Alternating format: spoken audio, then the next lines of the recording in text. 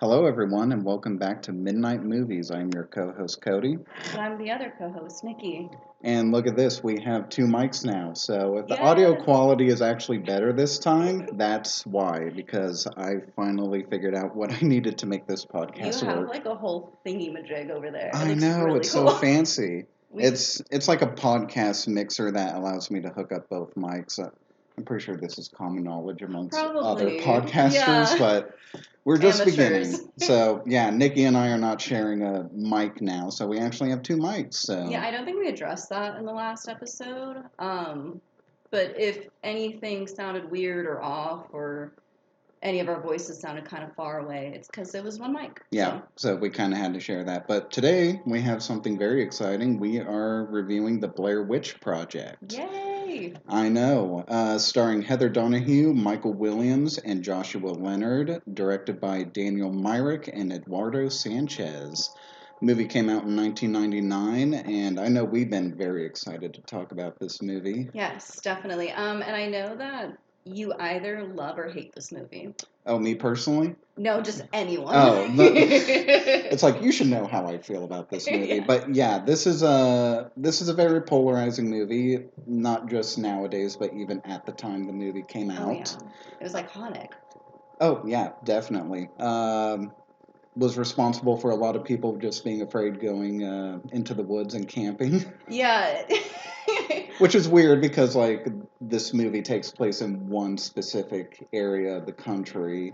I figure you would be fine. I get the paranoia. You're out in the middle of the dark. And, Anything can happen. Yeah. The Blair Witch will get you. But I guess we'll start off. What is your experience with the Blair Witch? What was your first like introduction to this movie? I actually watched it like within like the past like 5 years. Oh, So okay. yeah, like I didn't watch it when I was young and impressionable and it like really scared the crap out of me.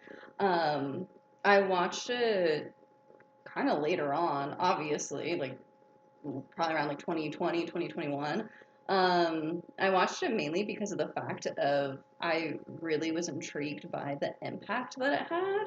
Mm-hmm. And just I heard about all of the marketing and advertisements I that they can't wait went to through. talk about all of that. Yes. It's so extensive. It's so interesting, like how heavy they went into it. They built a whole mythos Yeah. on just this movie. It's crazy. These people were dead.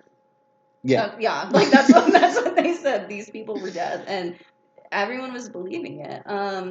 So that's why I watched it, and I think because of me knowing that lore, I appreciated it a lot more.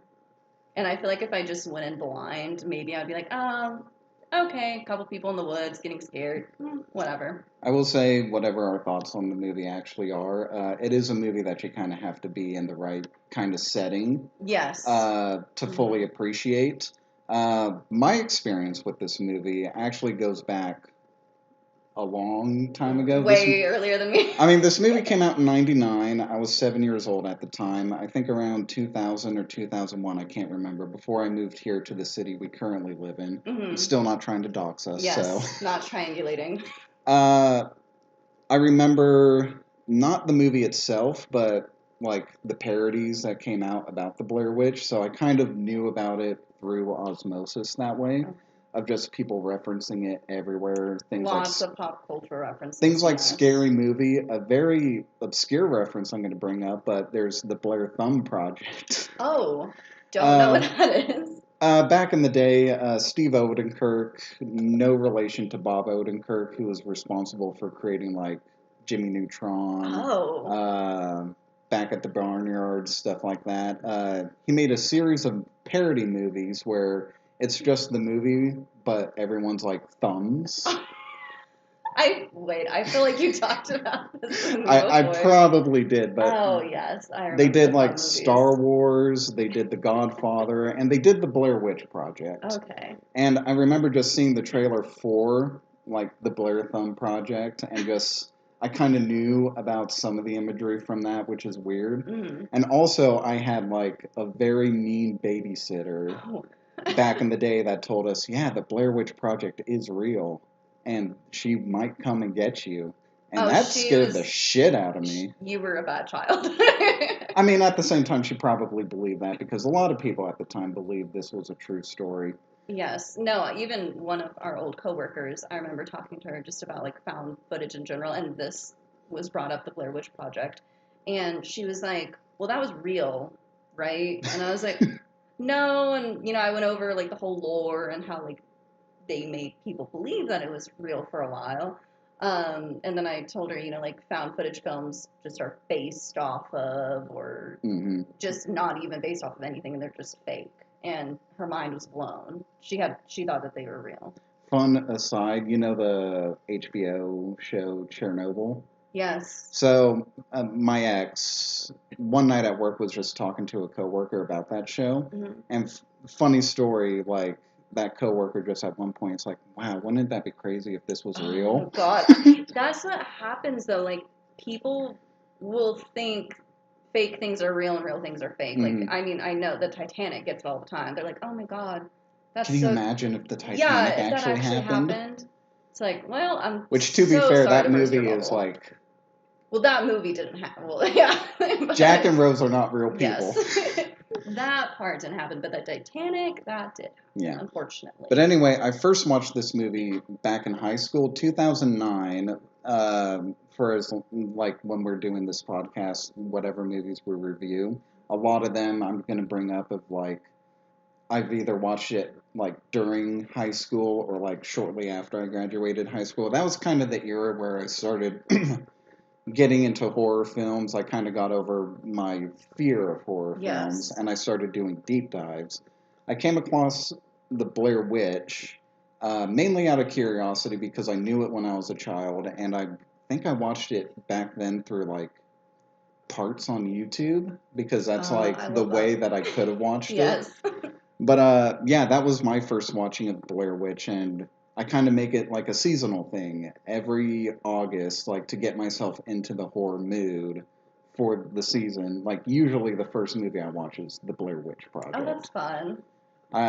Absolutely. I guess we'll get into my thoughts. We'll do spoiler-free first. Yes. And then we'll get into a more deeper discussion. And then afterwards we can talk about the brief history of found footage, the impact that this movie in particular have had on just pop culture ever since. So, I guess my general thoughts, I love this movie. Yeah, no, it's good. It's very good.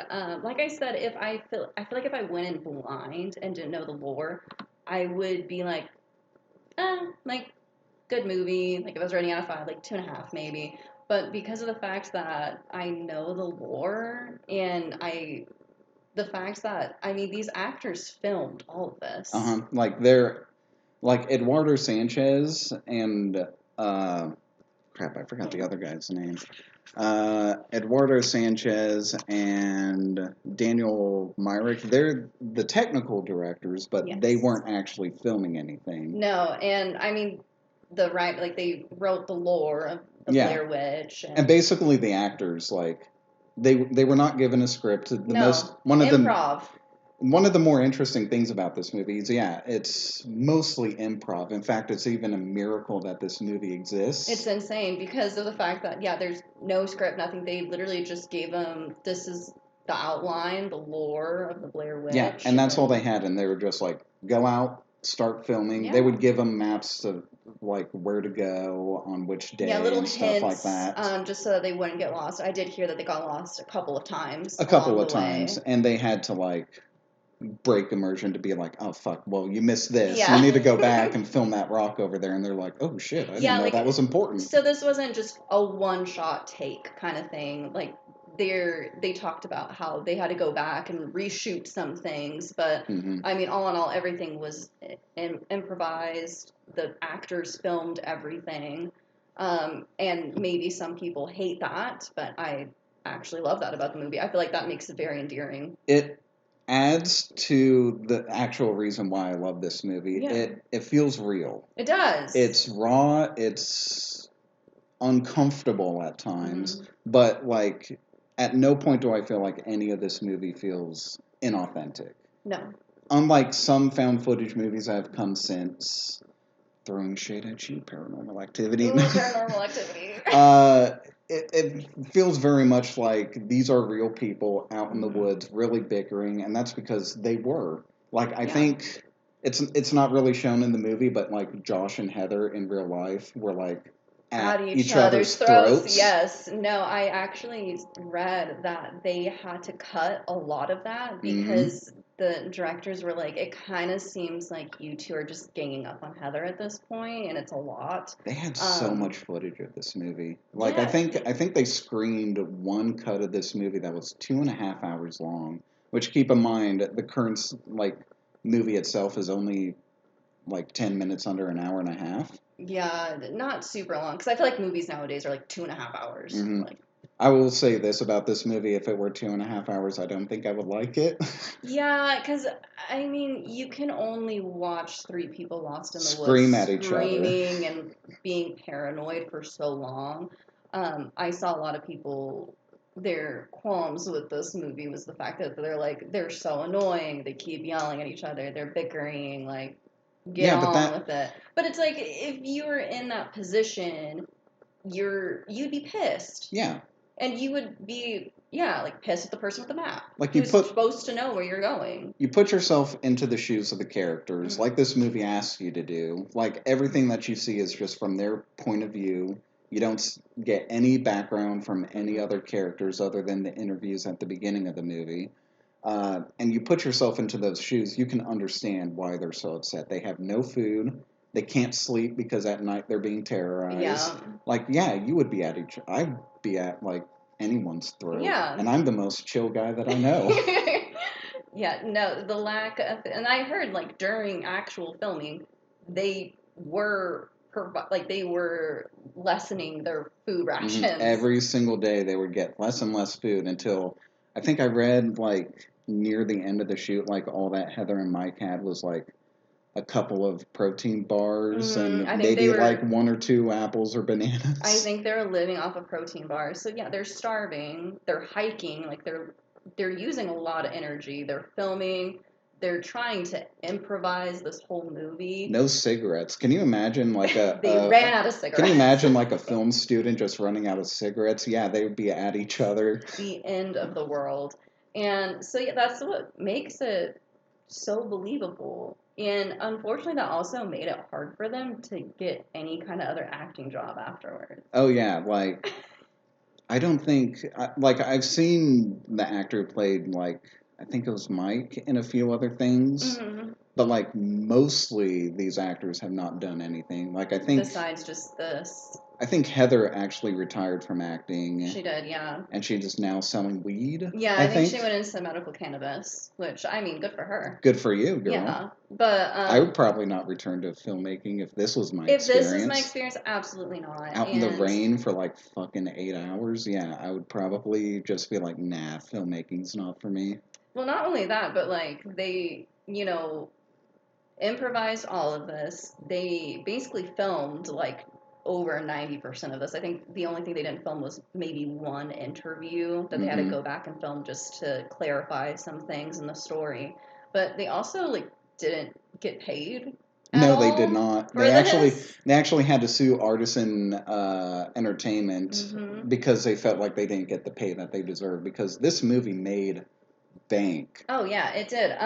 I wrote that down. I think the box office, because the budget. Okay, so I saw two things. The budget's very because it took $60,000-ish to film, but then after post-production fees, going back and editing, reshooting some stuff, it was around $200,000 to $750,000. Yeah, that's something a long like that. Range.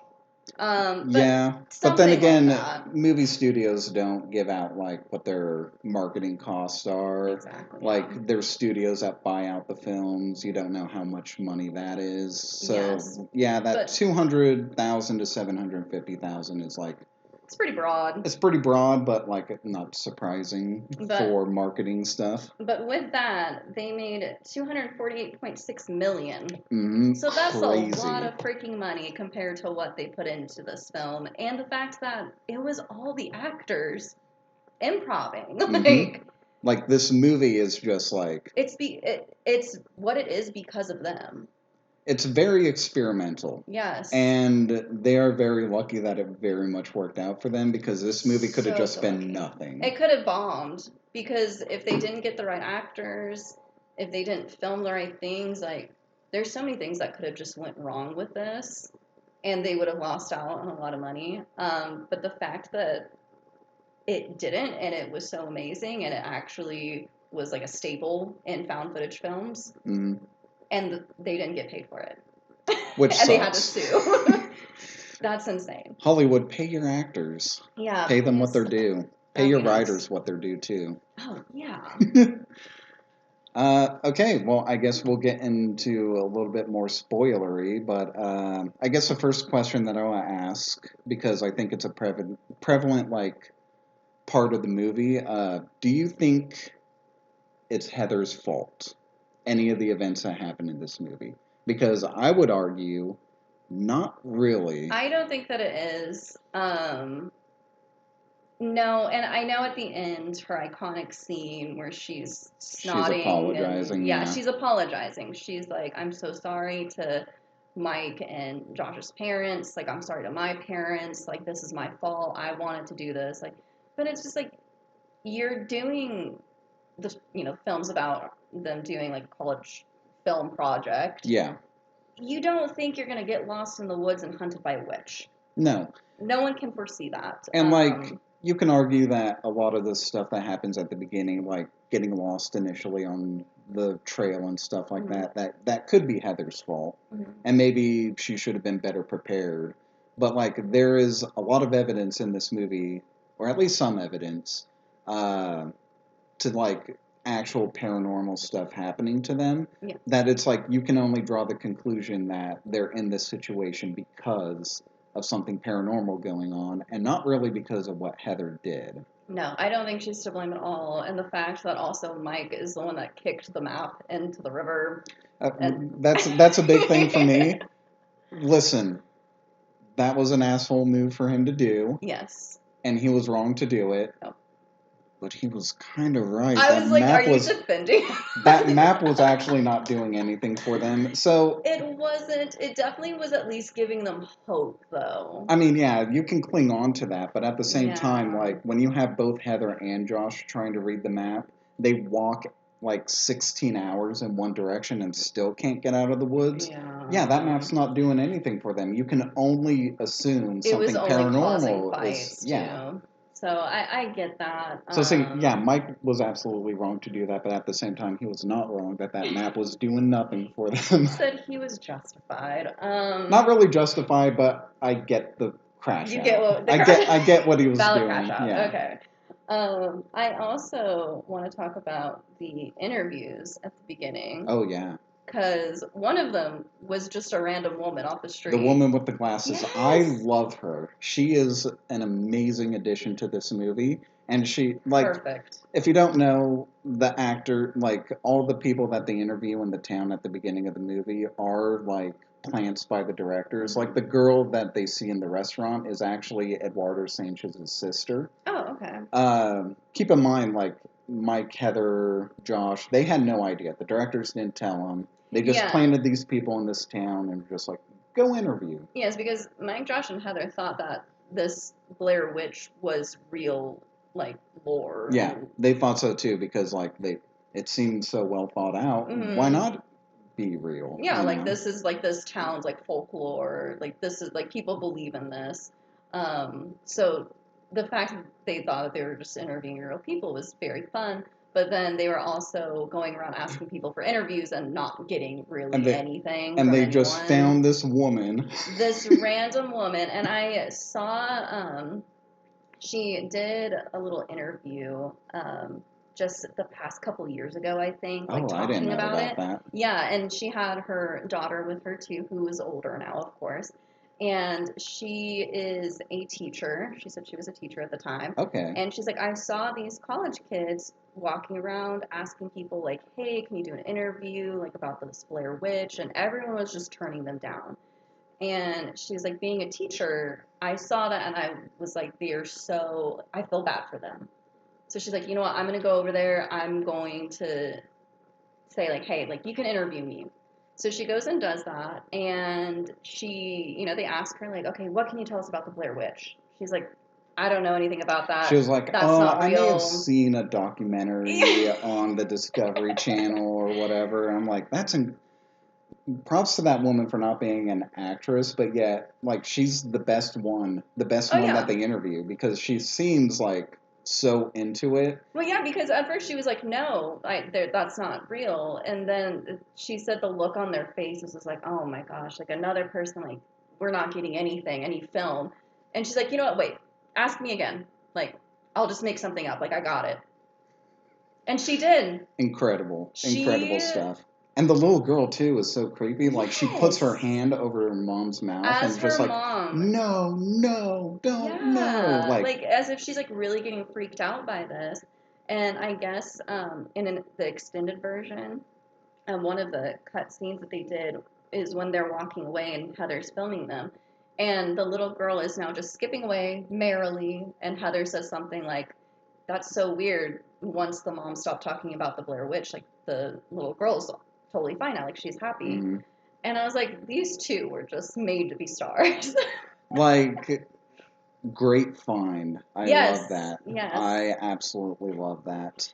And I guess she didn't even know that this was a part of, she really thought these were just a couple college kids, and she didn't realize it was going to be an actual movie until it came out, and she got a bunch of calls, and her friends were like, you didn't tell me you were in this movie? Like, what's going on? Like, you didn't say anything. And she's like, what? Do you think she got paid? Maybe not.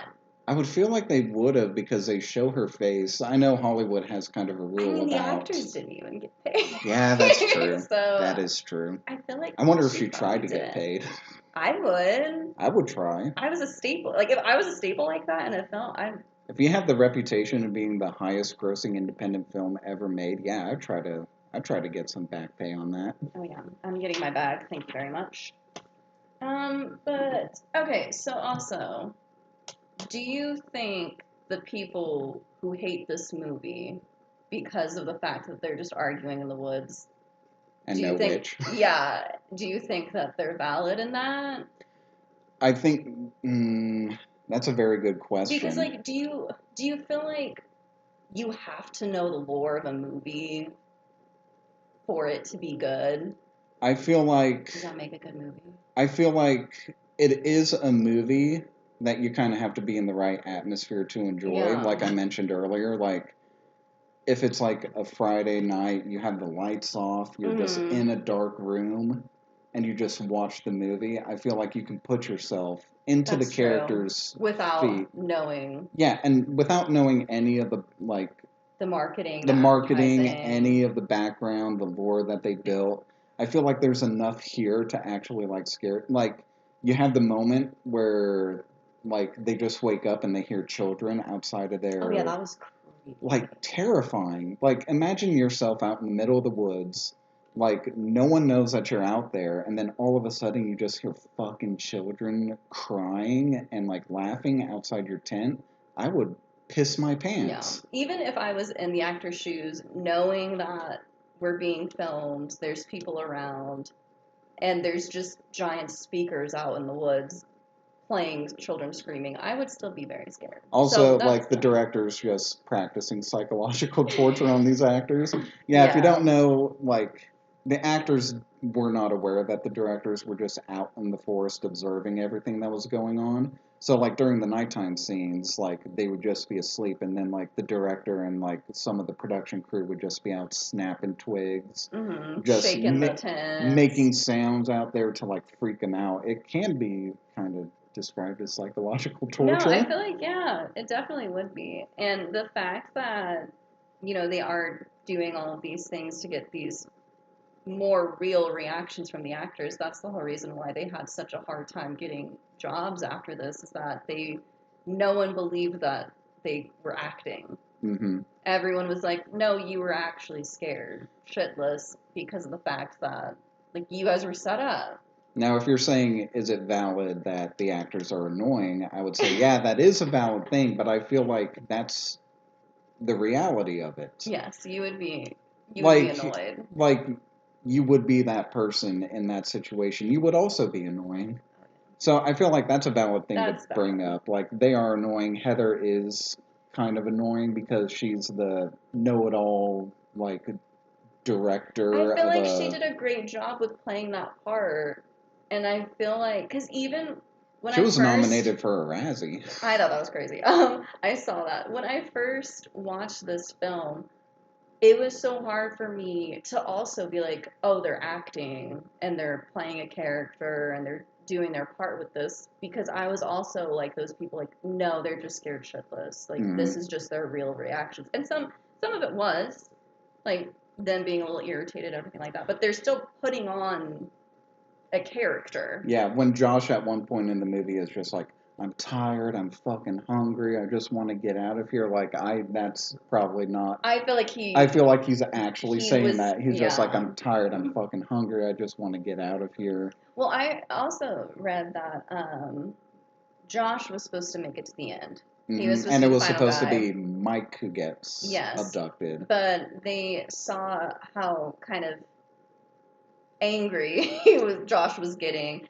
and they were like, we'll go ahead and kill you off. And he was ecstatic about it. Which I feel like works better because, like, even though behind the scenes, like, Josh and Heather were at each other's throats, throughout the movie, like, Josh kind of seems kind of like, Heather, I'm done with you, but at the same time, I'm not being antagonistic towards you. Yeah. Whereas Mike very much is just like, I fucking hate Heather. Yeah, and I think at the beginning they state that Josh and Heather knew each other before this, and then Mike, they had just met. There was a subplot that they, like, thought about putting in, but took it out because it was going to be cliche, where it's like Josh and Heather kind of had a love interest, which I guess leads into another big theory that this movie has, which is like, did Mike and Josh bring Heather out to the woods to kill him? Yes, I've seen that theory. I think Matt Pat did a theory on this. Our shout out favorite dude, Matthew Patthew,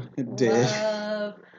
He did a theory about how they brought her out there and were fucking with her and to kill her. Yeah. And some of the evidence that you can bring up is, like, if they had left it in, like, Josh and Heather had a romance, probably fell apart, they broke up, and just, like, out of a fit of rage, because, like, this was the era of Columbine, so you can kind of believe that two people would plan out. True, yes. But I feel like there's other things that... I feel like there's things that contradict that theory.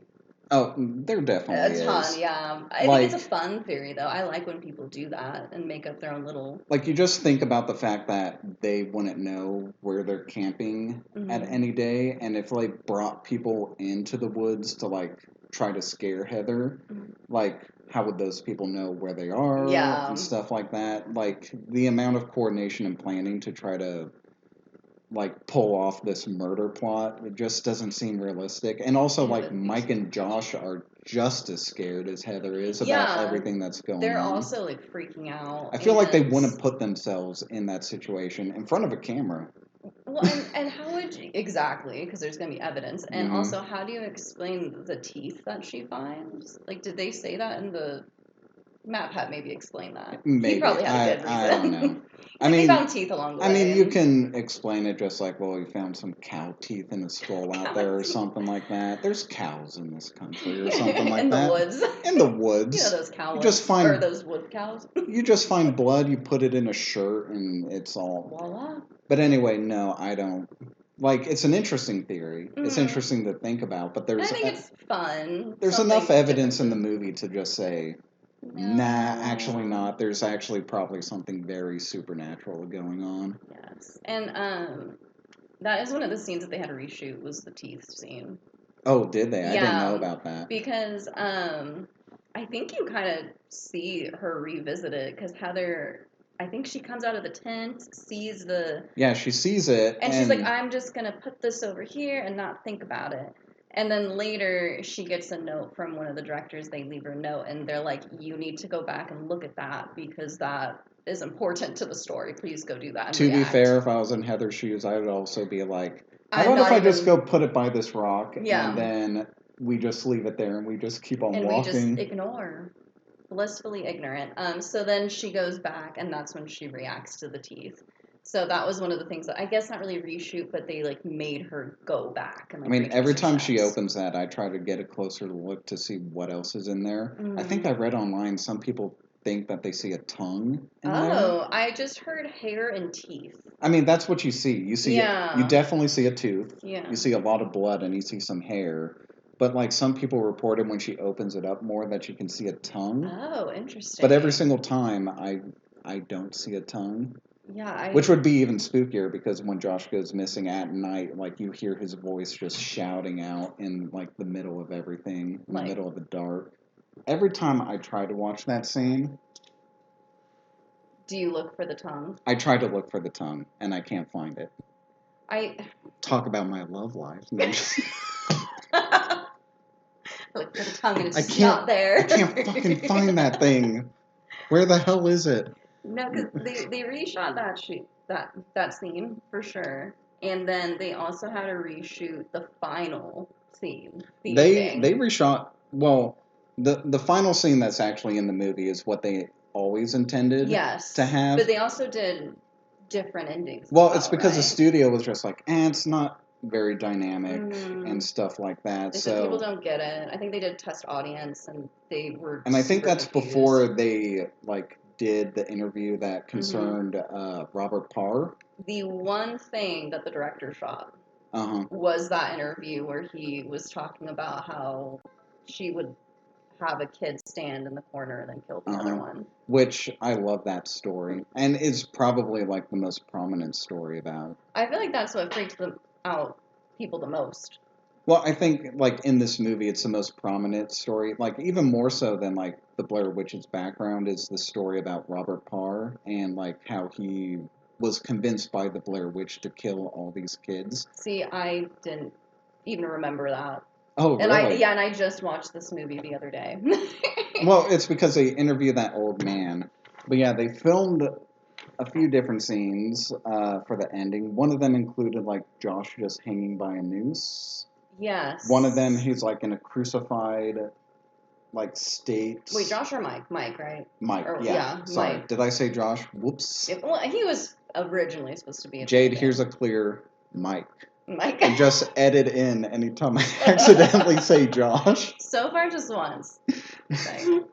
But yeah, they have Mike just like hung up by a noose. They have him like in a crucified, like up against one of the stick figure, like a giant stick figure. And then he was levitating in one too, right? Yeah, I think so, which is weird. Yeah. It almost looks like in just the actual like ending, like he kind of looks like he's floating if you're not really paying attention. I feel like if I would have seen any of the other two endings, I don't think I would have liked it. No. Like, I think the ending that they have, like, talk about sending a chill up my spine every single time. Like, it gets me every single... Like, I can watch this movie 100 times, and that ending still... Just Heather's, like, shrieking of Mike's name. And him just not responding. And the delay, like, we didn't even talk about, like, the delay between... Because there's two cameras that are used in this movie. There's one, like, 16mm camera, which gives you all the black and white footage. And then there's, like crappy, like, regular, like, V8 camera from back in the day. And, like, the audio is synced up with the V8 camera. So the 16mm is just like, it's all silent. Yes. So all the audio that you hear over those moments are just from that other camera. And they have this brilliant thing where it's like, Mike has the, like, camcorder down in the basement when he gets attacked, but Heather has the 16mm. So like, it's her audio, right? Yeah, so and like, she's just you just screaming. You just see Heather's POV through the 16mm, but you hear the distant sound from the camcorder in the basement. It's just, it's chilling. It's crazy. I feel like it was so well done. And it's crazy that they reshot that scene. Yeah. Like, that same ending. I'm so glad that they were able to fight to keep that ending in there. Yes. And because, like, when they originally did that ending with Mike standing in the corner, chilling there. Just chilling. Yeah, He's just hanging out. They lost all audio. He's like, Heather, you want to rip this bone right now?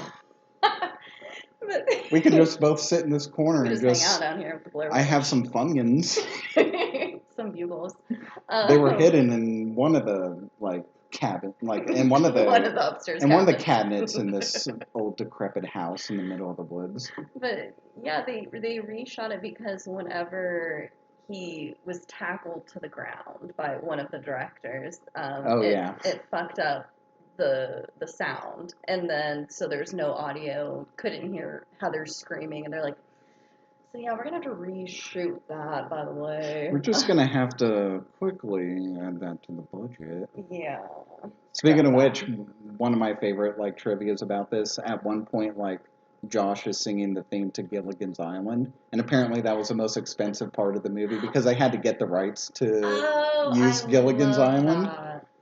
So yeah, I think a similar story for the first Alien. Oh, I was thinking about The Office. I was going more horror, but yeah, I don't know about The Office, but in the first Alien, Sigourney Weaver sings that song, "You're My Lucky Star" at the end.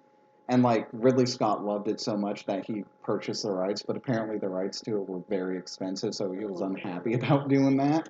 Yeah, no, I saw on The Office when Michael has 2 tickets to paradise, and he sings that. That was just an improv, and they had to buy the rights for it, and they said it was the most expensive joke that they had that season. That makes sense. Yeah. Song rights are expensive for some reason. Oh, I don't think we talked about the advertising.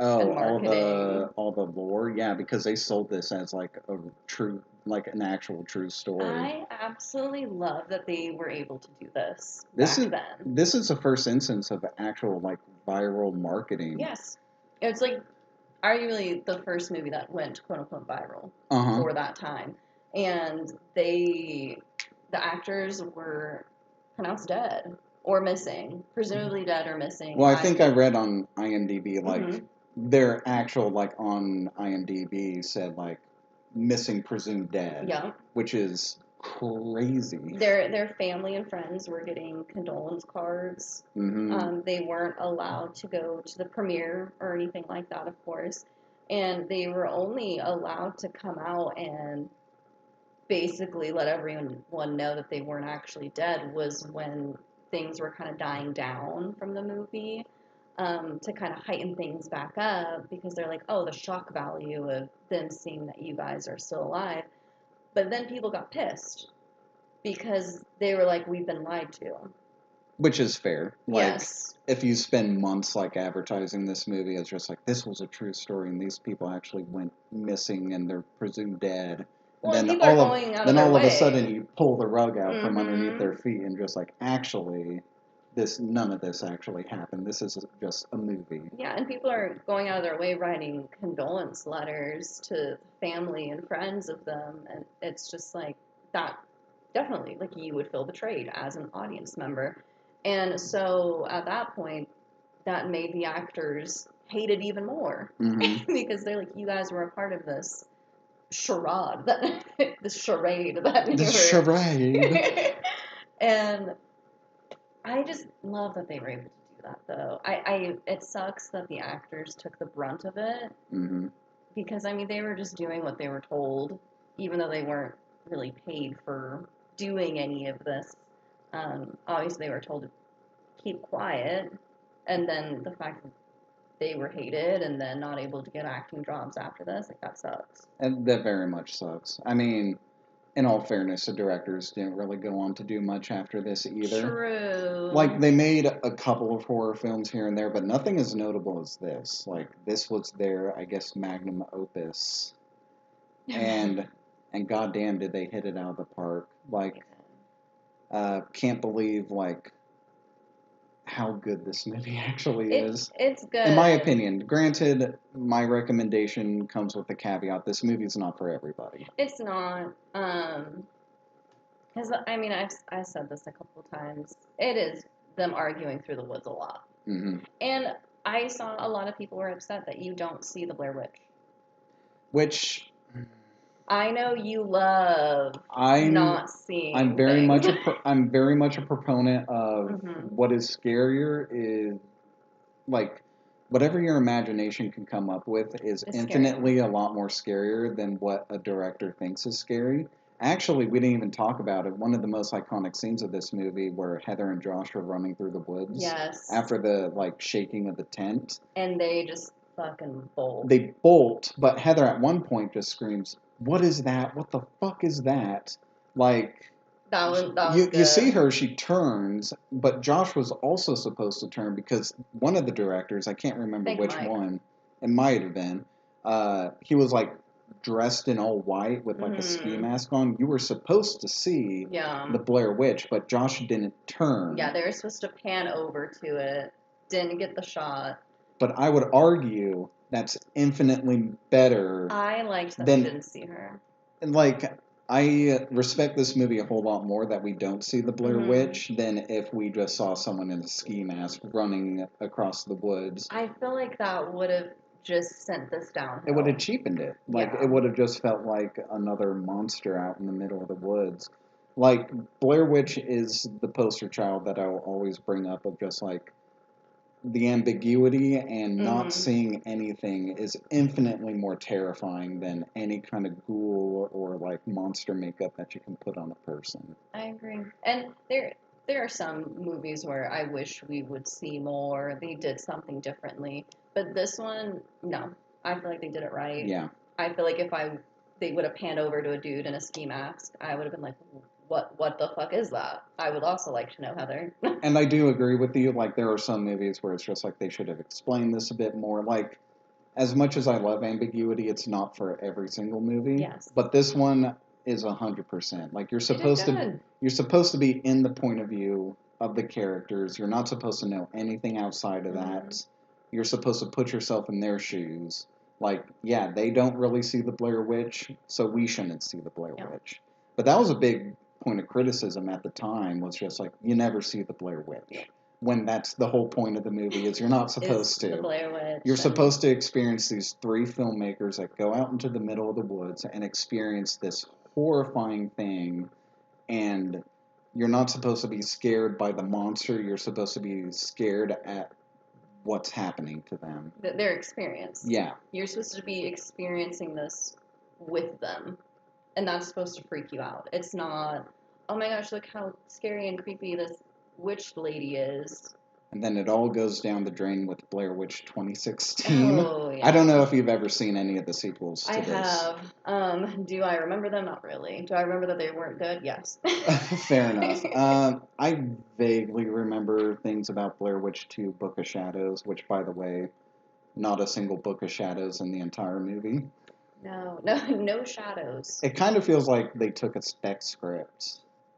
Because, like, the movie, like, Blair Witch 2 was, like, shat out, like, a year after the first Blair Witch came out. So it kind of feels like they had a spec script that was just called Book of Shadows. Yeah. And then they were just like, well, let's just rewrite it a little bit to add Blair Witch into it and then just call it a sequel. Probably. That wouldn't surprise me. Because, I mean, usually when things like this blow up, something so small, too, that they probably didn't think would... Because they didn't even know that they would get anything from Sundance when they entered into the film festival. They're just like, maybe not, but they got a deal.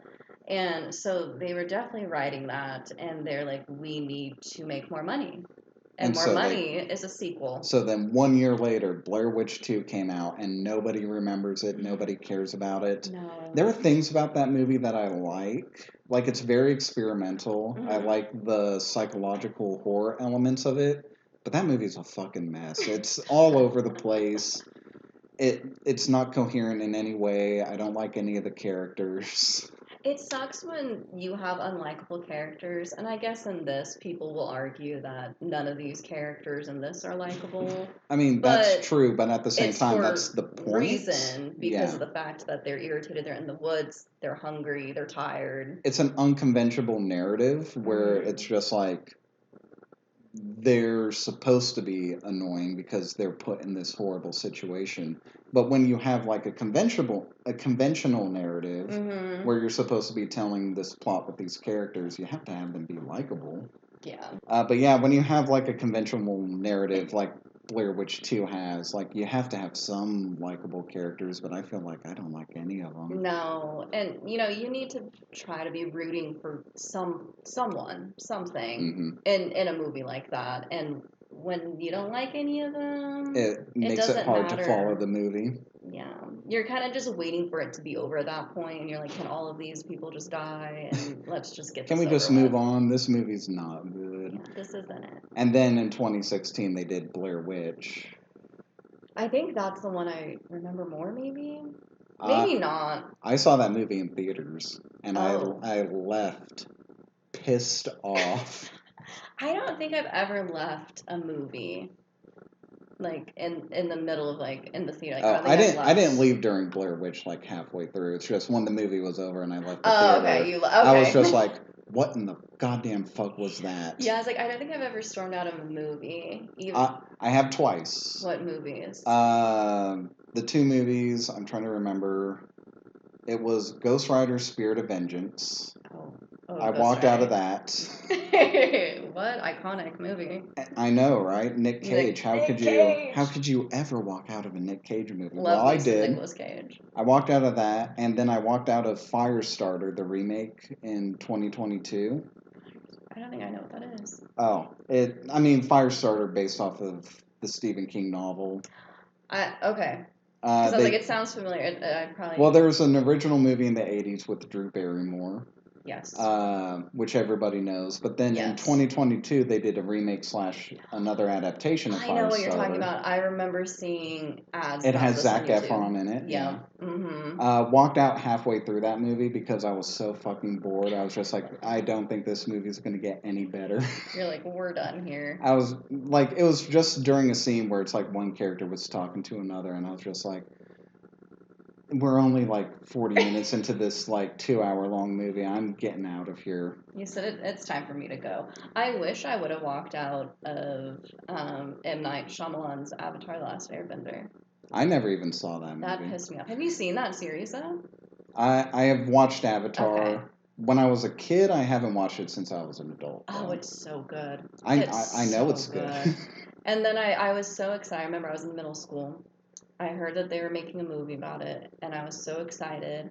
I went to go see it, probably like opening weekend. And then I was just so terribly, terribly disappointed. I remember leaving pissed. I was like, what did he do? Why would he do that? I hated M. Night Shyamalan since then. Oh, I've hated M. Night Shyamalan since The Happening, probably. That's a funny movie. I love The Happening now because it's so unintentionally hilarious. Yes. But like at the time, I was just like, thinking it's serious. At the time, I was just like, this movie's so bad. I quote that movie all the time. Why are you eyeing my lemon drink? I love that. Just give me a second. You're planning on killing me in my sleep. What? No. What? Mark Wahlberg is hilarious in that movie. Just has no idea what's going on. I love Mark Wahlberg. I know he's not a great actor.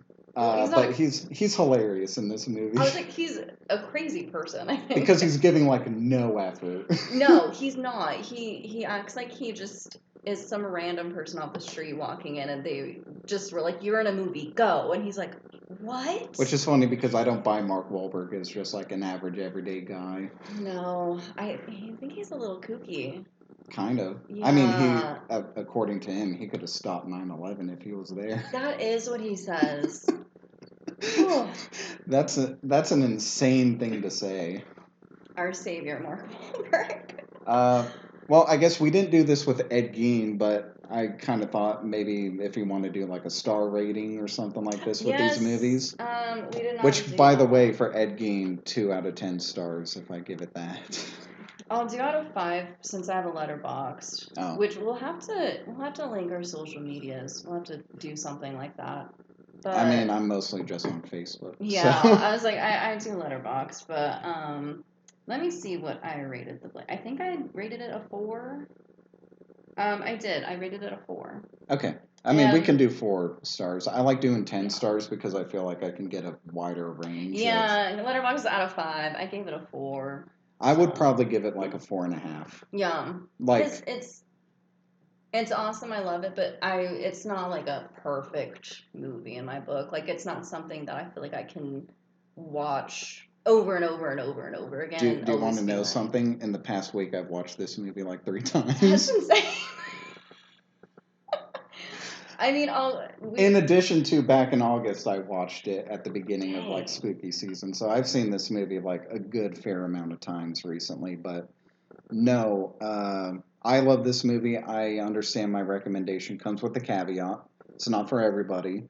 But to me personally, like this is actually in my top 50 favorite movies of all time. I think it's in my top 20 even. Let me double check my list. I don't have a top 50 list. Maybe I'll need to make one. Maybe, because I have a definitive one. Okay, it's number 27 on my top 50 favorite films. That's high up there. It's very much high up there. But yeah, love the Blair Witch, loved it. And that's not even just horror movies. That's just like movies. That's just movies of all time. So I was like, that's very, very good. Yeah. Well, I guess... Do you want to get into what Letterboxd has to say, or do you want to segue into... I do want to do Letterboxd right now. Cool. You can go ahead. Okay, so for those who are just tuning in this week, so I introduced a kind of segment that we're having called What Does Letterboxd Have to Say? Maybe we'll have a theme for it. I don't know. We'll see. But my whole thing is just like there's a lot of discourse online about like internet movie criticism, like who do you believe, critics or audiences? To me, I fall more on the side of critics. And I want to bring up this subject because a lot of people are just like, oh, well, audiences know better than critics. And so it's like, I want to go through Letterboxd, find some of the most insane reviews. Yes. Because some people just have no fucking idea what they're talking about when it comes to movies. So, do you have one that you want to start off with? Or? I have some longer ones. Okay. I have some shorter ones, but they're pretty funny. Okay. Let me do the longer ones and then we'll get into the funny ones. Okay. And some of these I translated using Google Translate. I still need to do that. I just look at all the English ones and then skip over all the foreign ones. Honestly, the foreign ones are very insightful. Interesting. Yeah, this one was originally in Portuguese, apparently. Ooh. And it says, half star, the Blair Witch Project promised to be a landmark in horror, but in practice it falls short. Where's the horror? Where's the suspense? And most importantly, where's the witch? Despite all the hype, despite all the hype and its reputation as one of the scariest films of all time, it fails to deliver on its promise. The film is limited to showing 3 young people lost on trail without developing characters, without creating real tension, and without managing to transform their amateur recordings into something interesting. The attempt to reinvent the horror format falls short, and what remains is a boring and mystery-free experience. Which is a little crazy because, like, this is an iconic movie that... I feel like there is character development, right? Yeah. I feel like there's nothing... I would argue there's not a lot of character development. It's very subtle for some of them. Like, Heather's whole redemption of, like, admitting that she was wrong. Okay. Just because throughout the entire movie, she's just like, oh, I know what's going on. I know where we're going. Mm-hmm. Despite the fact that she actually doesn't have somewhat know-it-all into being like, all right, this is my fault. She doesn't really know what's going on because, like, there's supernatural elements going on. But at the end, like, during her iconic scene, she takes the blame. Yeah. So I feel like there is character growth and character arc there. Like, Mike becomes less argumentative with Heather as the movie goes on. Mostly out of just, like, he's tired and it's desperation. Yeah. But he's like, I just want to get out of here at this point. But they do start working together. I feel like it's not, like, a crazy, like, arc. But it's there. And it's like, I feel like you can only get so much out. Yeah, when you're limited to just your POV of these characters, like, it's hard to create a narrative that has conventional character arcs, but I feel like it's there. But yeah, the whole there's no witch, I feel like more or less nowadays people are expecting a monster, especially with, like, something like Paranormal Activity where there's, like, a definitive demon. There? Yeah, his name's Toby. I have never seen Paranormal Activity. Oh, you haven't? No. We're going to have to do that at some point. We will, because, I mean, from this, came so many more found footage films, and Paranormal Activity being one of them.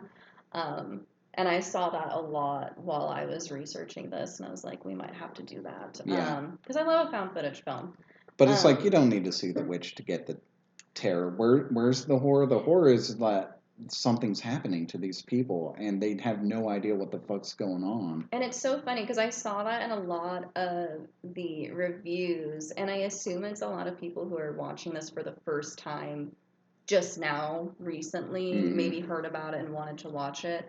And I feel like maybe that's just as an audience with what they want to see now, just because of the fact that horror movies are so about the monsters and the demons and what they look like, that you always see them, and they're such like a large part of the story, that now when people watch a movie and it's going to be, you know, a little more mysterious, a little more like, this is up to you to imagine what this monster or creature or witch is going to look like, that they're like, oh, well, I don't want to do that work. Yeah, they're just like, what's the big deal? You don't even see a monster. You don't see no ghosts. They're like, this isn't scary. This isn't scary. I saw a lot of those reviews on Letterboxd too. Mostly all the half-star ones were just like, it's boring, nothing happens, and it's like, I would argue that a lot happens in this movie. Happen, yeah.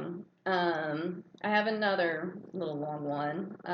It was in Turkish, apparently, is what Google's telling me. Such a wide grasp that this movie. I wonder how many foreign people will understand like American culture to like understand like how like I'm trying to think like just experiencing like what it's like out in the middle of an American woods and stuff like that. Like how much they might be able to just watch it and just be like, I get this. Are there Turkish woods?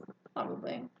There's probably woods out in Turkey. Yeah. I've never been. I've never been. I'm bad at geography because I'm a dumb American. I'm a dumb American too. Yeah. I don't know anything outside of the U.S. Where the fuck is Canada? There's Canada. I think know. It's southeast. Oh, God. Well, let's never go. Okay, so this person says, I watched this movie twice because the first time I watched it, I remembered something happened and I stopped halfway through. That must have been a weird translation thing. Something happened and then I stopped. Someone was talking or something? I don't know. Something happened. But the more I watched the movie, the clearer it became. 81 minutes of it was just a waste of time, and I spent 162 minutes on the 81-minute waste of time. The movie is so bad and blurred that it doesn't even stay in your memory. There's not a single... I would argue against that, but There's not a single good scene in the movie. Wow. Only the last 5 minutes have anything special. I'm talking to you, the clown sons of bitches who shamelessly share this movie as a movie. Jesus. Be ashamed of your mother and father. Shame on you. Shame on your cow. Yes. You'll have to look at their faces tomorrow. Ask yourself if they deserve to be cursed so much because of you. The same goes for those who love this movie. He's cursing all of us. Or she, I don't know. I can't see who. It says like Little Moo or something. I've never been that insulted by a Turkish person in my life. Don't watch it, and there are a lot of people who recommend it. Don't ask them for advice ever again. This is something that people who watch 2 to 3 movies a year might like. Well, anyway, that was Midnight Movies. Thank you for listening. Just stop listening. But that only has a 50% chance of depending on their intelligence level. God, jeez. This is brutal. If your expectation from a horror movie is to be scared and tense, don't watch this. The only thing that made me nervous about this movie was that the 81 minutes just wouldn't end. I'm warning you one last time, don't watch it. This isn't a movie. It's just an Indian man trying to scam you on the phone for 81 minutes. Okay, it's talking about like I was like, when was there an Indian man in this entire movie? I forgot about this last part. Okay, the only difference is that Indian man might scare you. I mean, to be fair, I don't answer my phone to those kinds. Wow, that's... Yeah, they went in. I feel like people need... They were pissed. I feel like people need to broaden their horror taste outside of, like, the Conjuring movies and stuff like that. I was thinking about the Conjuring movies when I was talking about newer horror movies that like you see. I feel like The Conjuring has I like that first Conjuring movie, but I feel like that was good. That was scary. I remember that was like one of the first horror movies I went to watch in theaters. Oh, fair. Because I didn't really get into horror until I was around like 16. And so a lot of that was watching like older horror movies, like at home on Netflix, whatever I can find it on. My God, I was 21 when Conjuring came out. Yeah, I was like, I can't remember how old would I be. I'm decrepit. You're not decrepit. 6'7", So, there we go. You're like, trying to relate. Kids. Look, kids, I'm not an old man. 6'7", am I right? Ignore the gray in my beard. I'm not an old man. So the Conjuring movies are, well, some of them are good. I would argue one of them is good. Yeah, I was going to say, maybe just one. Maybe we'll talk about, because some of them are... I mean, we can talk about The Conjuring. Like, that would be an interesting debate. Well, I know one of, like, The Devil Made Me Do It. That's based off of a true... trial that happened, but it was like super. I mean, they're all reportedly based on a true story, but it's just like it's all. I mean, we talked about Ed Gein, but pretty much the same thing. It's just like they're kind of based on a true story, but not really. Wow, that was a very brutal review, though. No, and some people might have clicked off of this, but they said, I'm gonna listen to that Turkish guy. My God. Jesus Christ. I said, you guys like this piece of crap? Never mind. Yeah, well, I guess we're not going to be popular in Turkey. No, yeah, not by that person. And this close to Thanksgiving. A Turkish joke. Sorry, Jade, cut that out if that might be offensive.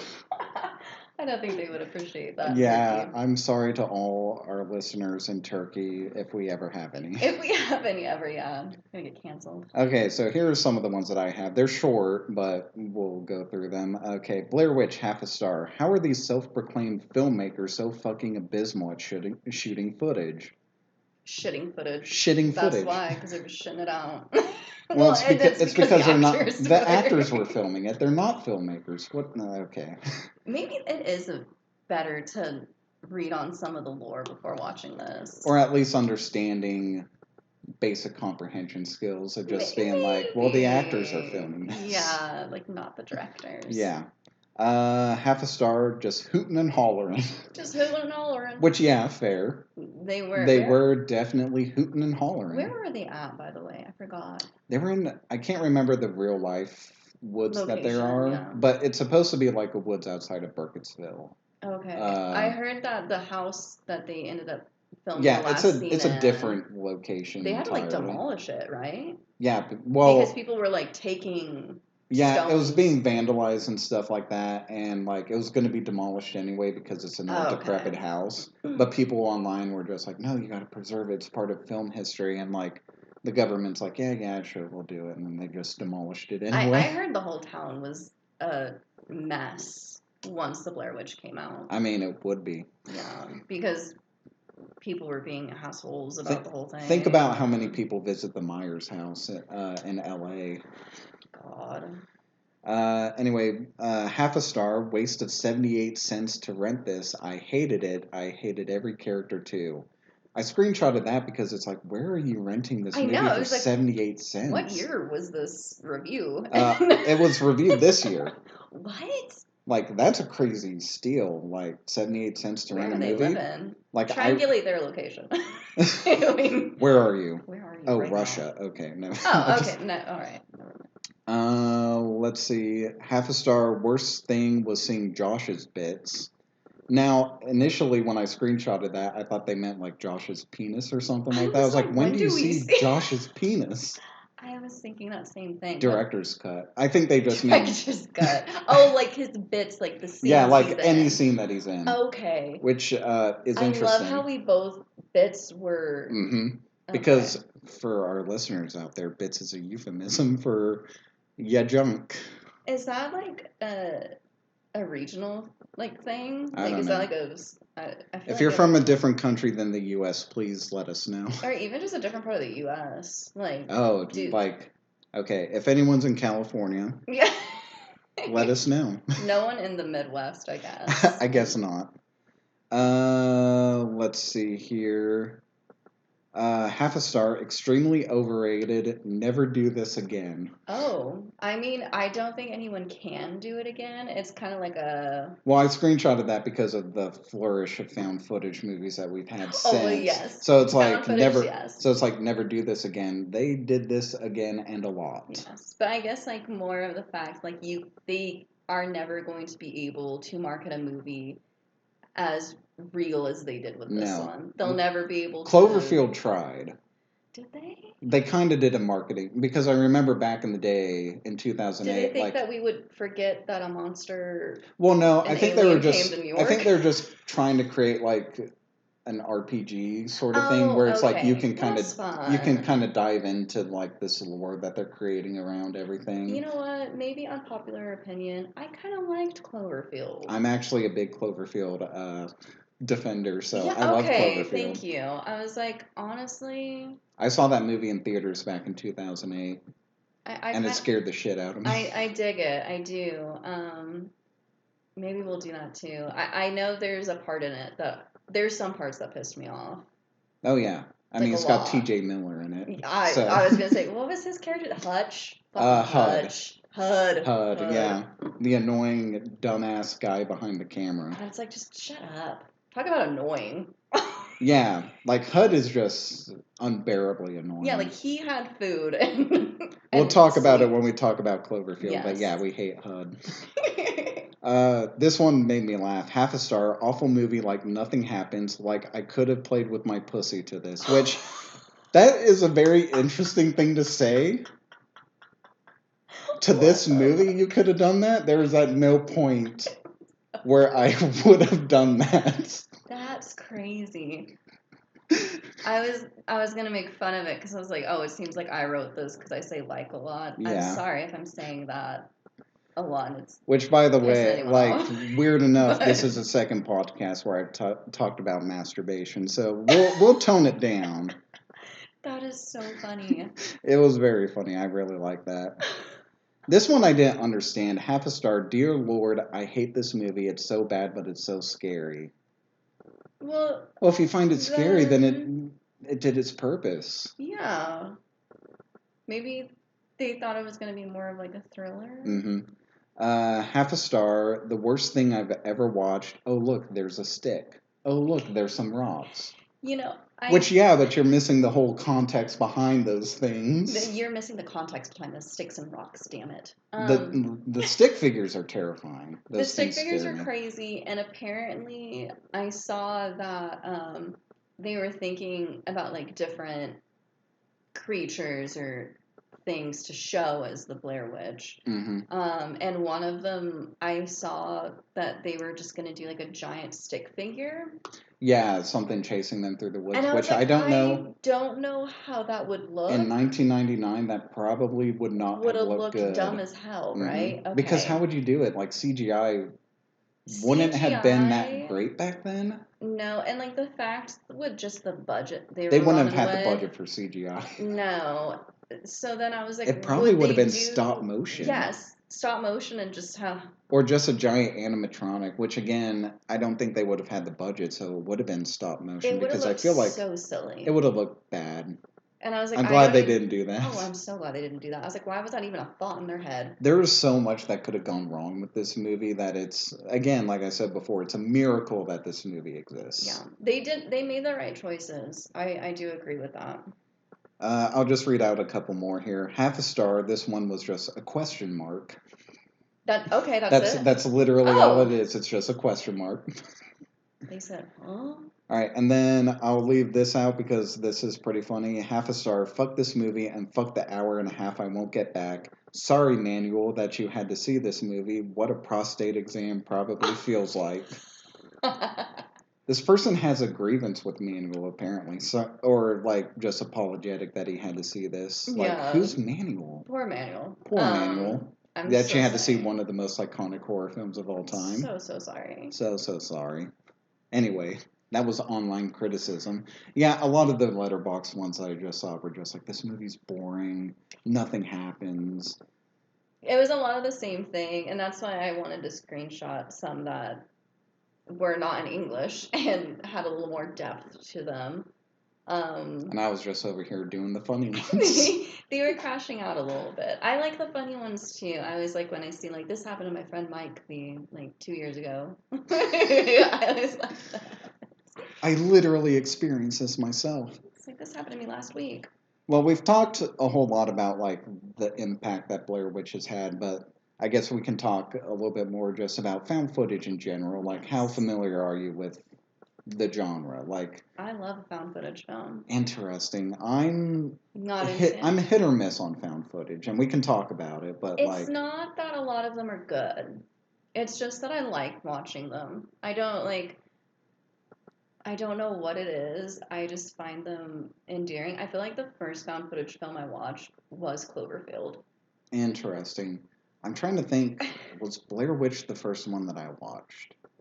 It was either Blair Witch or it was Quarantine. I don't know if you know Quarantine. I haven't seen Quarantine. I need to see that in REC. Rec, Rec. Yeah, which is the original movie. Yeah. Basically, they're the same movie. I think Quarantine's just like pretty much a shot-for-shot remake of Rec. Rec definitely you should watch first. It's the better movie. But I hear it's so good. I think Quarantine's fine for an American remake. It's just the same movie again, but in English.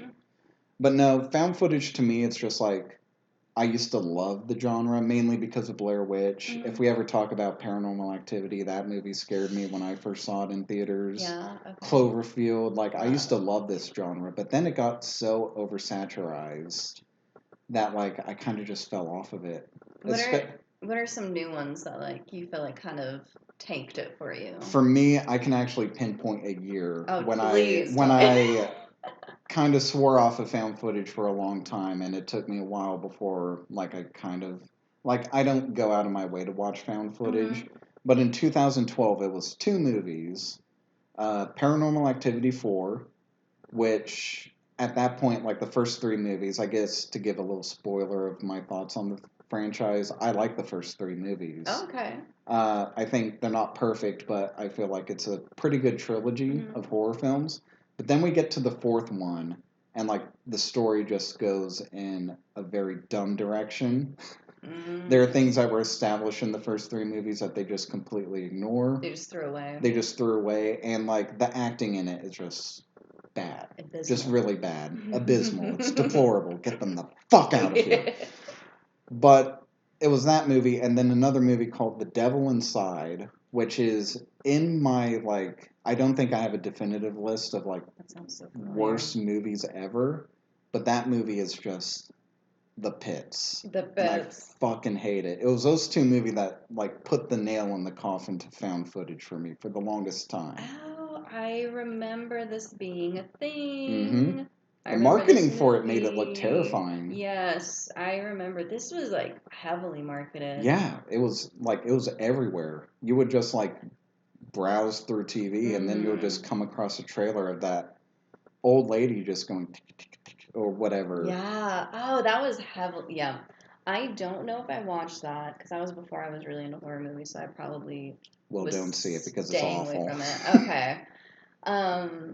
Yeah. No, I like found footage. I feel like the more notable ones that I've seen have been this, of course, the Blair Witch Project, Cloverfield, Cannibal Holocaust. Okay, I was about to bring up, have you seen the original, like, the quote-unquote, like, in the documentary that I watched about found footage, they claim to be the first one. It claims to be the first one, but found footage can technically be traced back even further back then. Like, some novels had, like, I can't remember the way they described the writing, but there are novels where it's just written from, like, letters collected by different characters. Like, I think Dracula. The original novel Dracula is just like all of it is just like a collection of letters. And that can technically be defined under like found footage in a way because it's just like discovering these letters about these characters that went through this. But yeah, Cannibal Holocaust, if you don't know what that is, it's a doozy. Yeah. But basically it's got almost the same plot as Blair Witch or a very similar one. 3 documentary filmmakers go to South America to film a documentary about a cannibal tribe, and then they go missing for like months. They never hear back from them. So a professor from a university goes down, discovers that they're dead, and gets the footage from the cannibal tribe. And then the second half of the movie is just them reviewing the footage that they shot. And I will say, if you do check that out, there is actual animal cruelty in it. Every single death of an animal that you see on screen is 100% real. Yes. And there's a very graphic moment where they tear up a tortoise or a turtle. Yes. And fun fact, after seeing this film, I turned pescatarian and I stopped eating red meat. I get that. Yeah. It didn't turn me off of red meat, but it wasn't. I don't want to say it was because of this movie, but it might have been because of this movie. I wouldn't blame you if it did, because this movie is hard to stomach. It is, and just like the whole. They just treated everyone on the project very poorly. Oh yeah, like if you think Blair Witch was like terrible to work on, Cannibal Holocaust was even worse. A different game. They treated the actual natives that are in the film like horribly, shit. Horribly, and it's crazy because that's the whole point of the movie: is are we the savages for treating these savages, quote unquote, so horribly? Like that was it. But then the you're director, making the movie and you're treating them horribly. The director just perpetuates that.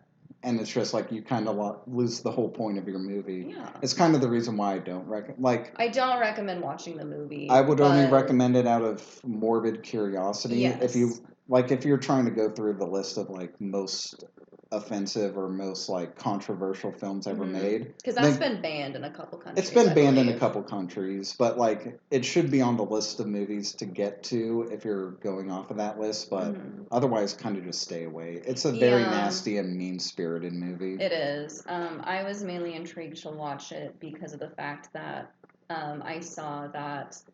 It was before watching the Blair Witch Project or knowing anything about that. I saw that a lot of the people thought these actors were really dead, and they took the director to court saying, "You murdered these people." Which is wild. Can you imagine having to defend that? And he had to bring out the actors and be like, "Look, like they're alive, because they kind of did the same thing where they kept the actors. Yeah, there was nothing like this back then, so you would probably think that what you're watching is an actual snuff film. Yes. So the directors actually from Cannibal Holocaust are a little pissed off that the Blair Witch Project kind of did exactly what they did. Not exactly, but.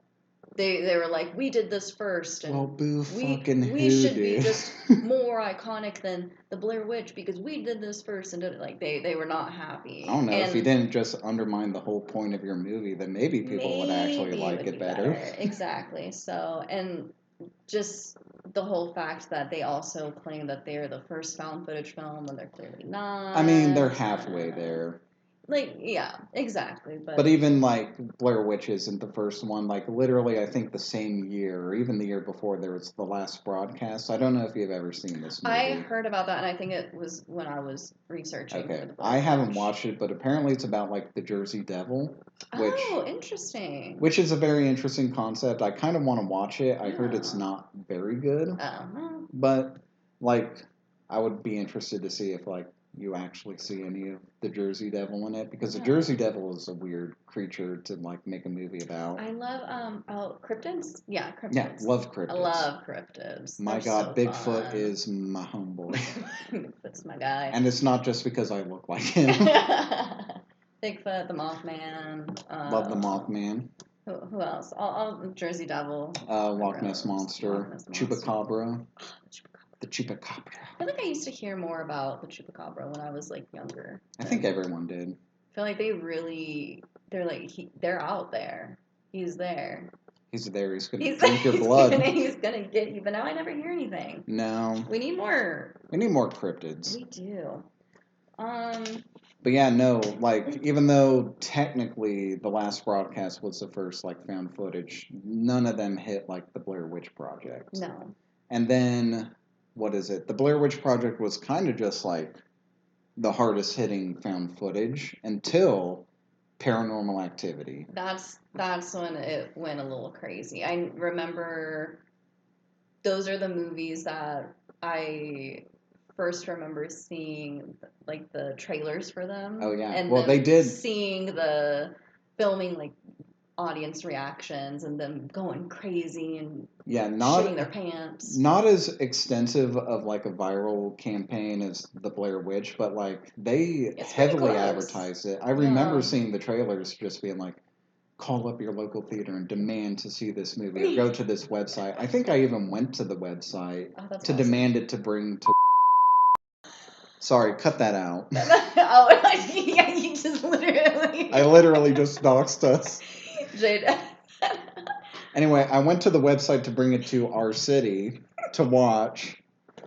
But yeah, like I was super stoked to see this movie. And I saw it in theaters, I think opening weekend that it came out. And I remember like back then it scared the shit out of me. Granted, I was 17 at the time. I thought the Transformers movies were good back then. I didn't know what I was talking about. But yeah, like Paranormal Activity hit just about as hard as Blair Witch Project, which gave us like the whole slew of found footage films to come out after that. Some good, some bad. Not so good. Because like some of the good ones we got are like Chronicle. I love Chronicle. So good. I piss off one of my coworkers that I used to work with back at our old job. Oh, okay, yeah. By telling him that Chronicle is basically just a remake of Carrie. Oh. Which, if you think about it, it kind of is. I guess maybe. Teen in an oppressive household by an abusive parent. All of a sudden gets these powers.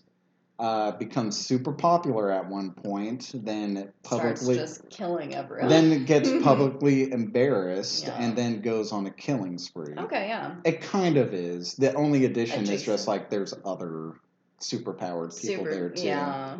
I love Chronicle. I remember watching that. I feel like if I saw Chronicle in theaters back in 2012, I probably wouldn't have been done with found footage.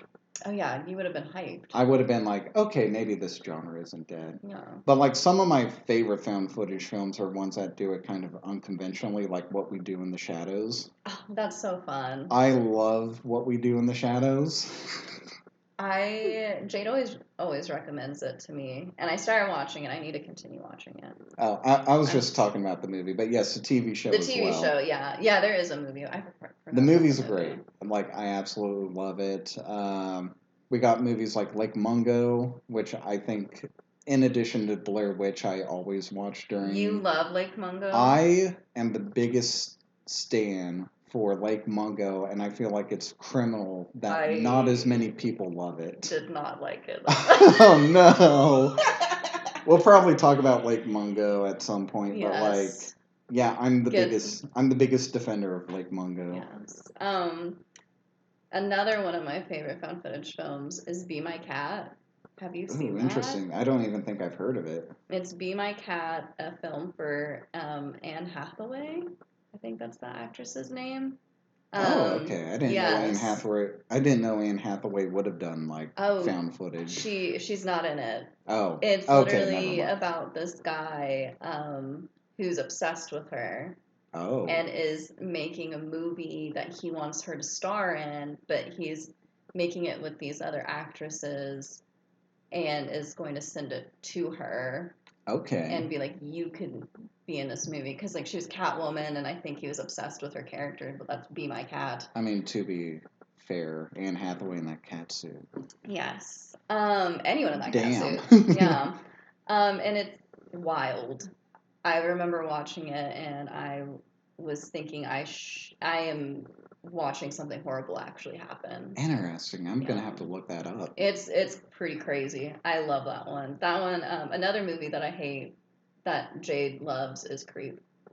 I haven't seen Creep. I need to get to Creep because everyone swears by it. They're just like, it's great. I hate it so much. It's a lot of cheap jump scares. Okay. If you're into that.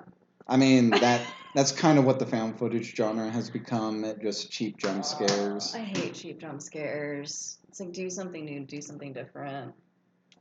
I mean, a good jump scare can be very effective. Yeah, but whatever your jump Lake Mungo has one of my favorite jump scares in cinema.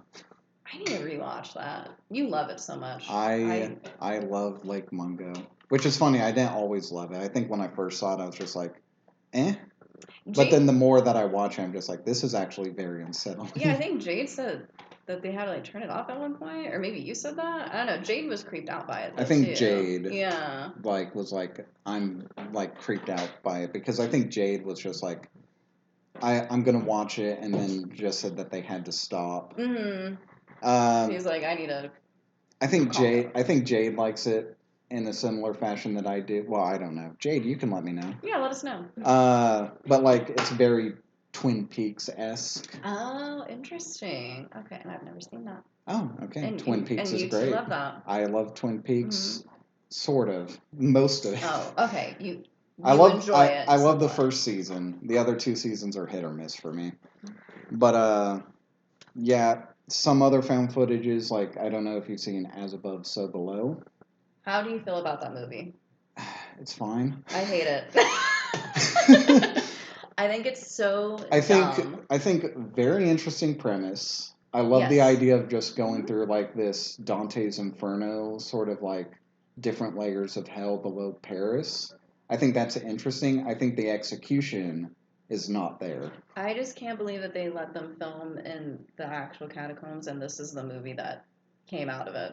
Yeah, I feel like we could have done a little bit better. I feel like my opinion on it is just like it's missing something, you know? Like you watch it and it's just like you get caught up in the story and the characters and everything, and then you feel like it's going somewhere, and then by the time you get to the end, you're just like, well, that wasn't exactly what I hoped for. Yeah, and I feel like something else that turns me off from the movie is that with found footage, I feel like it's so much better when it's actors that are unknown. Yeah.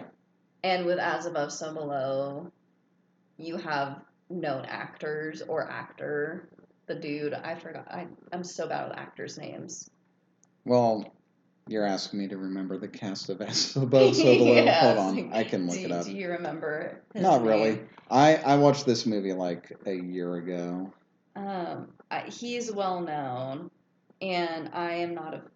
He's fine. Feldman? Ben Feldman. Yes. Who do I know this guy from? I don't know what else he's in. Oh, he's in Superstore. That's what I know him from. Oh, okay.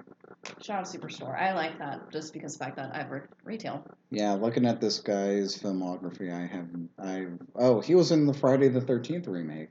Oh, there you go. What a career! Oh, he was in Cloverfield. Oh, was he? He played Travis Morello. I don't know who that is. Oh, I'm like being hypocritical because I dig Cloverfield, but I seen him in Superstore. So seeing him in As Above, So Below, I was like, oh, what are you doing here, dude? And I get the fuck out of my movie. Yeah, it just kind of threw me off, and I just thought it was really silly. I wasn't like scared at all. I mean, fair. Yeah. I wasn't scared either. It's another movie that has a bunch of jump scares that I feel like, it's not needed. Yes. Like, I feel like the atmosphere that they create just being in the catacombs. The catacombs underneath Paris. It's already It's terrifying enough. Like, there's some good deaths in it, though. One of their cameramen, I believe, that like got stuck at one point. His death, that was a lot. I remember getting freaked out by that. Can I be perfectly honest? I don't remember any of the deaths in this movie. That's totally fine. That one was very... I just remember the premise being very interesting, then getting down to the like tunnels underneath Paris, and then just like getting disoriented, and just being like, "Oh, this is intriguing," but I don't remember any of the deaths. Yeah, I think. And then I remember the ending. So. Yeah. Very memorable movie. Yeah. But yeah. I feel like found footage though is not as prominent anymore, at least in theaters. But I feel like it's evolved, like online. Like I feel YouTube culture has kind of taken over the found footage genre. I don't know if you've ever watched Marble Hornets. I haven't. You know about Slender Man though, right? Oh yes. Basically, it's an internet series, I guess, surrounded by the Slender Man. They don't call him the Slender Man for some reason. They call him the Operator. And basically, it's about... Why did Siri activate on my phone? What's that? I'm not talking to you, Siri. But anyway, it's about like this film student who was making a production of a film called Marble Hornets. And basically, like, throughout the production of this movie, he slowly started to go crazy because he's being stalked by this entity known as the Operator. And basically, the premise of the series is one of the people who worked on that movie is given all these tapes that, like, the director filmed. And, like, he's reviewing it to figure out, because he goes missing, to figure out what happened to him. So, I watched it back in the day, like, during its height, around 2012, and, like, there's some good shit in that. Oh, that's fun. Oh, I like that. Yeah, I always like, I don't know, series like that, like short stories I see, like, on YouTube and everything. Mm-hmm. I don't know. Good for YouTube. Yeah. Good for So I feel like found footage may have, like, lost its way in theaters, but I feel like nowadays... Maybe it'll make its way back. Maybe. Eventually. They might make another Paranormal Activity movie. I don't know if we need that, but... we don't need that. Let that series die. Please. Okay, I think that should do us. I think so, yeah. So yeah, Blair Witch Project. Phenomenal movie. Love everything about it. Even if I don't like found footage in general. Like, just try it out. Try it out, watch it. And try it out. If you hate it, don't blame us. Don't blame us. Don't think that we're idiots like the Turkish person. So brutal, that review. So crazy too. My God. I don't think... No, there's some movies where it's like I have that kind of hatred for it. Oh, for sure. But yeah, I think next episode we're going to be ranking the Halloween franchise. Very exciting. So, like, as of recording this, like, Halloween was just a week away. I don't know, like, when all of these are going to be uploaded, but, like, we decided on, like, I guess, love the Halloween movies. Mm-hmm. So we decided we can step away a little bit from reviewing and just give a little ranking, like, all of our thoughts on all the Halloween movies. So come back and listen to that. It's going to be exciting. Oh, yeah. Anyway, thank you for listening to us here on Midnight Movies, and until next time, stay spooked. Ooh, I like that. That was good. Stay spooked. That's probably not going to be my... Your outro? My outro, because we're probably going to review non-horror films too, but... True, yeah. Stay crispy. Didn't know what else to say. Stay crispy like a bag of Lay's chips. Oh, yeah. That's actually brilliant. Anyway, thank you guys for listening. See you next time. Bye. Bye.